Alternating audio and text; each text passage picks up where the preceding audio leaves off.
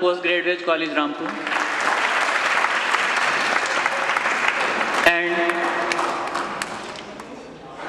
And our very own Dr. Waqarul Hasan Siddiqui, OSD, Rampur Other Library.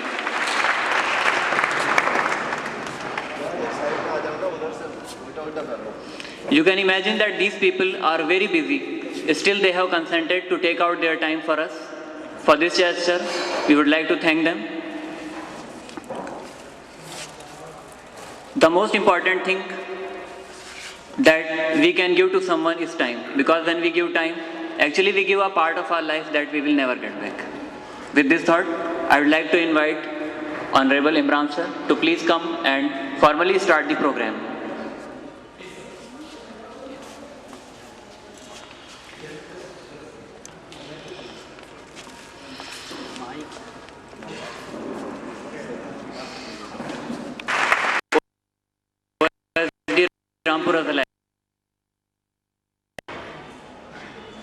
These people have always been our patrons. In fact, they are the patrons of learning.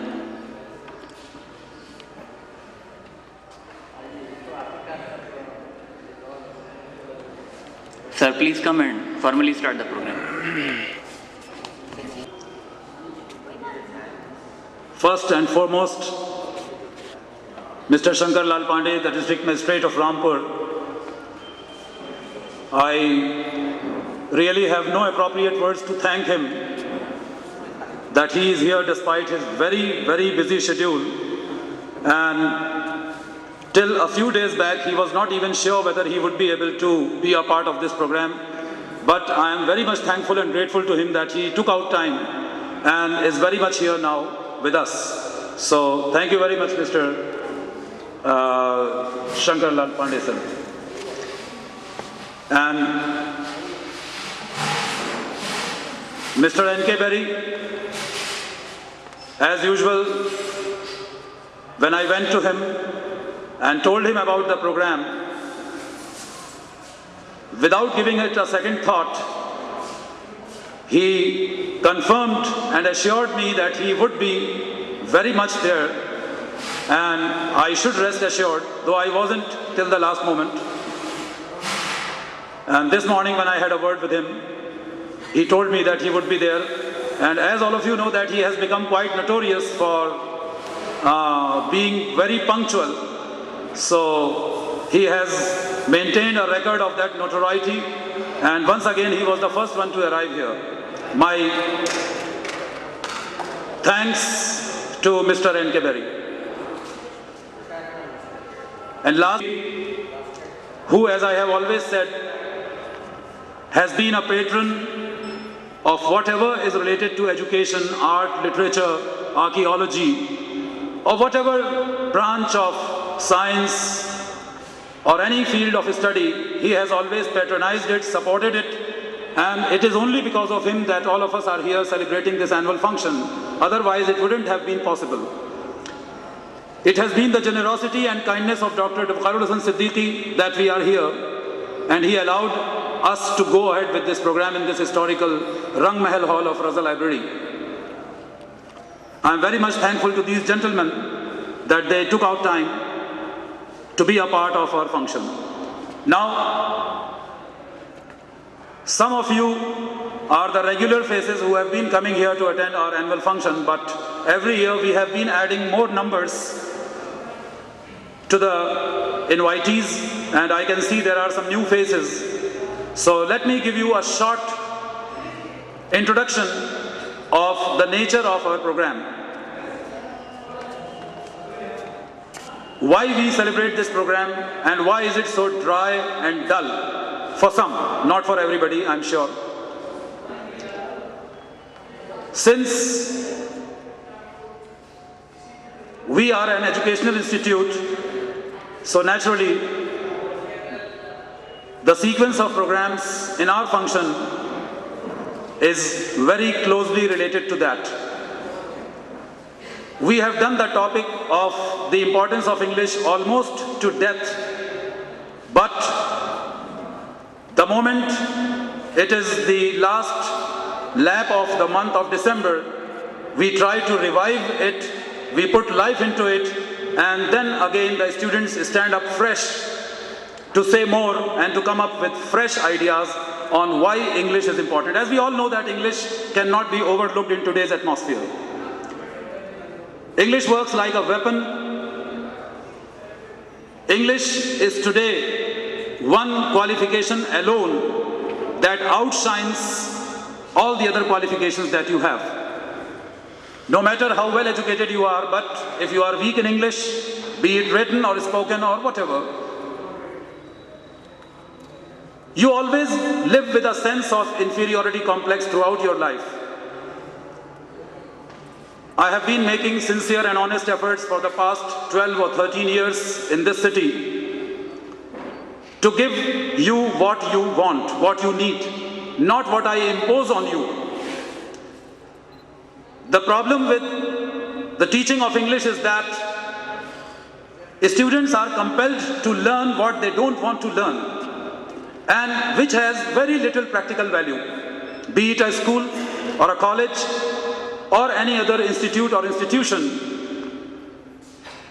Very little effort is made to teach the students practical English, the one that we need in our everyday lives.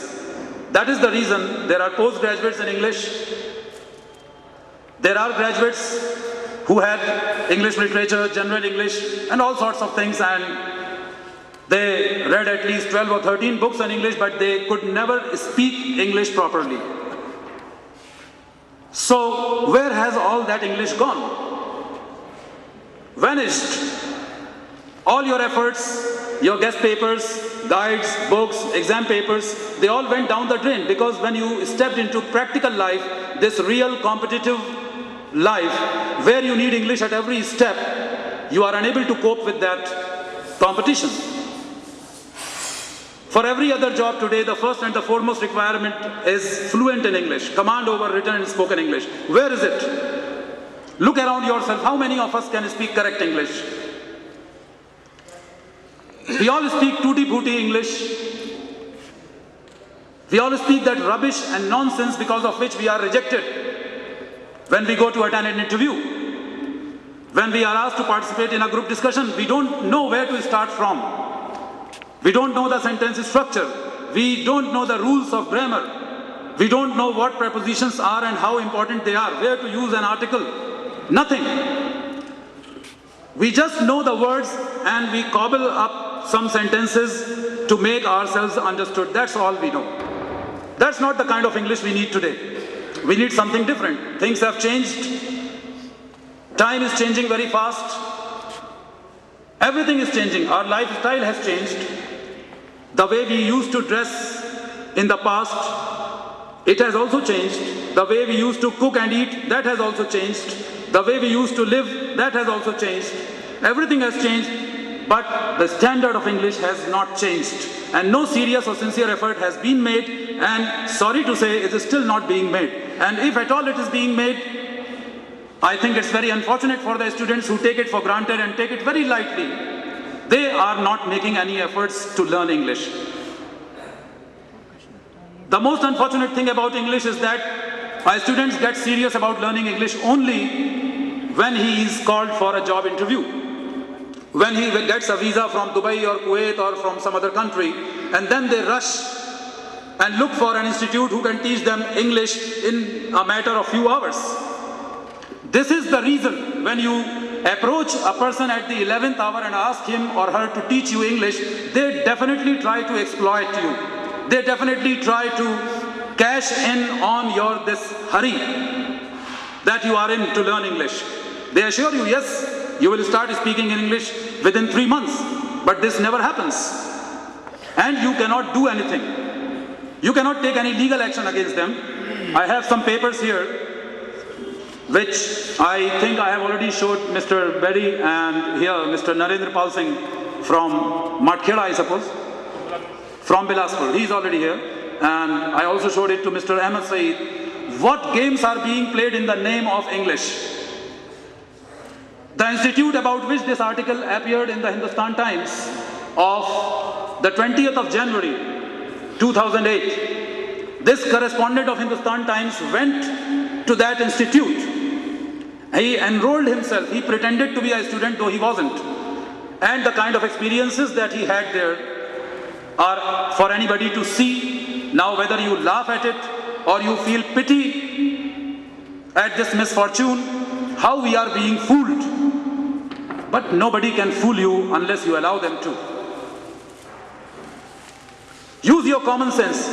When we people who are living in India since our birth and we cannot speak correct Urdu and Hindi, how can we learn a foreign language within a short period of time if somebody tells us that, okay, I will make you an expert of English within such and such period? You cannot set any limits. You cannot set any time frame. It all depends on how passionate you are about English, how enthusiastic you are about English, how serious you are about learning English. If you are taking it for a game, then the chances are you are going to be taken for a ride. You will be the game and people will play with you. So here this is an article that appeared and I have already shown it to Mr. Berry and Mr. Siddiqui as well and Mr. Ahmed Saeed. Here there are 2 more copies. So our program is different in every sense. We don't have any dance, qawwali, song or any kind of fancy dress show. We don't need them. There is an overdose of all these things already in all the schools, in all the institutes. The moment you come to know about the annual function of an institute, the first thing that comes to your mind that there must be some fancy dress show by the children. There will be some girls dancing on the floor, dancing to the tune of the latest Bollywood songs, or there might be some sort of qawwali or other thing or ghazal or whatever. But where are the things that we need practically, that the students need practically? Nowhere to be found. So this is my step, a sincere step, a humble step in that direction. And this function once a year is a progress report of my students as to what they have learned over the past few months.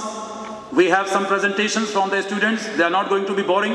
They will be here for 3 or 4 minutes at the most. And we will have 3 quiz programs, all related to our everyday life, the English that we use in our everyday life. We are not going to talk about rocket science. We are not going to talk about nuclear physics or genetic engineering. We will only talk about the very common things that we come across in our daily life from morning till evening. What we see on a carton of this thing, Colgate toothpaste or a Pepsodent or whatever, all these things related to our everyday life. The quiz will be about that. So let me now start the program, and the judges will decide the performance of the students on the basis of 4 things I have already mentioned in this. Please, sirs, they are right before you. The first column is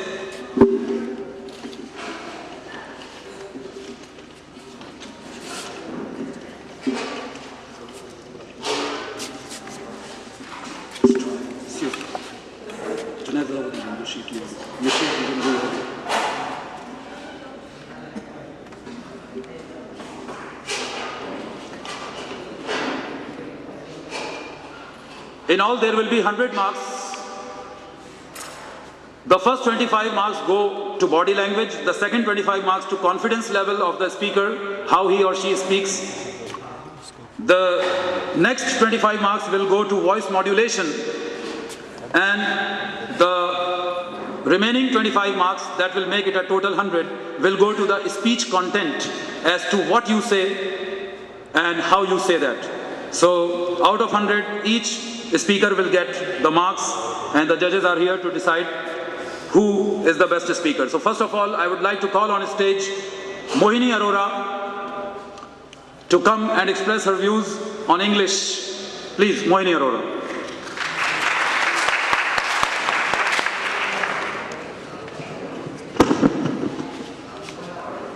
Good evening, all of you, and a very happy new year also.